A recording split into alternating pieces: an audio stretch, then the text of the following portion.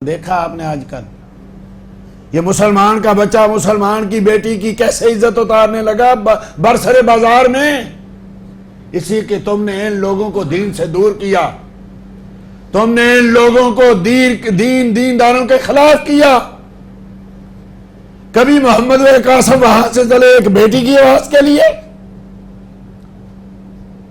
کبھی ایک خلیفہ جو ہے پورے کا پورا شہر فتح کر لے صرف ایک بیٹی کی آواز کے لیے۔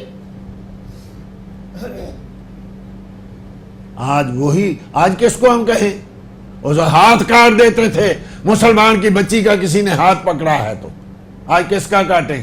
آج کوئی غیر تو کاٹ ہی نہیں رہا، غیر تو اتار۔ پہلے تو ہم نے خود پردے اتارے، ہم نے خود اپنی بچیوں کے پردے اتارے۔ آج سب سے بڑا نیک آدمی وہ لگتا ہے جس کی بیوی کے سر پہ چادر ہو یا دوپٹہ ہو، چہرے کا تو مسئلہ ہی نہیں رہ گیا۔ کہتے یہ پردہ کرتے، یہ پردہ کرتے، جس کے چہرے ننگے وہ پردہ کرتے، صرف سر پہ دوپٹہ۔ اب پھر یہ کہ سر سے کندھوں تک یہ سیدہ زینب کی سنت پہ عمل کریں گی، یہ سیدہ فاطمہ کا نام لیں گی؟ شرم نہیں آتی؟ بازاروں میں بال کھول کے ناچتے ہوئے، مہندیاں لگاتے مناتے ہوئے۔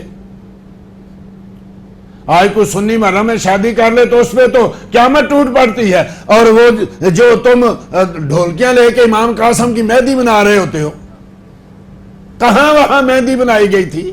کہاں پانی آیا تھا کربلا میں؟ پینے کو نہیں تھا، مہندی گھولنے کو تھا۔ عجیب و غریب قصے کہانیاں بنا دی ہیں۔ ہم نے اپنی بچیوں کو خود بازاروں میں نکالا۔ ادھر یہ ہے کہ جن کے ہم محرم منا رہے ہیں ان کی بیویوں کے کبھی سورج نے بھی کہتے ہیں بال نہیں دیکھے تھے۔ کس کی سنتوں پہ کس کا دین؟ ہم نے دین بچا لیا، حسین نے دین بچا لیا۔ وہ کون سا دین بچا لیا؟ تم نے تو جان بوجھ کے اس کو گھر سے نکالا، یتیم کیا دین کو۔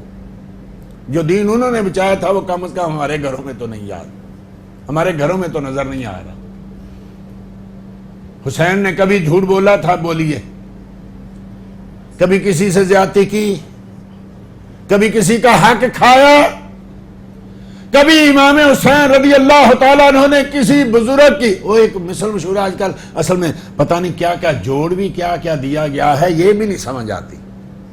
ایک واقعہ بڑا مشہور ہے، حضرت علی رضی اللہ تعالیٰ لڑ رہے تھے، جب کافر کی چھاتی پہ بیٹھے تو اس نے تھوک دیا، آپ نے چھوڑ دیا۔ کہا کیوں چھوڑ دیا؟ کہا پہلے اللہ کے لیے لڑ تھا، اب میری ذات آ گئی، اسے میں نے چھوڑ دیا۔ ارے ایک طرف تم یہ من گھڑت قصہ بیان کرتے ہو، دوسری طرف تم ان کو صحابہ کے خلاف بتاتے ہو کہ جی انہوں نے ان کے حق کھا لیا، اس لیے وہ ان پہ ناراض نہیں، سیدھا بھی اور صحیح۔ ارے ادھر صرف تھوکنے پہ تم کافر کو چھڑا رہے ہو اور ادھر تم صحابہ کو نہیں چھوڑ رہے۔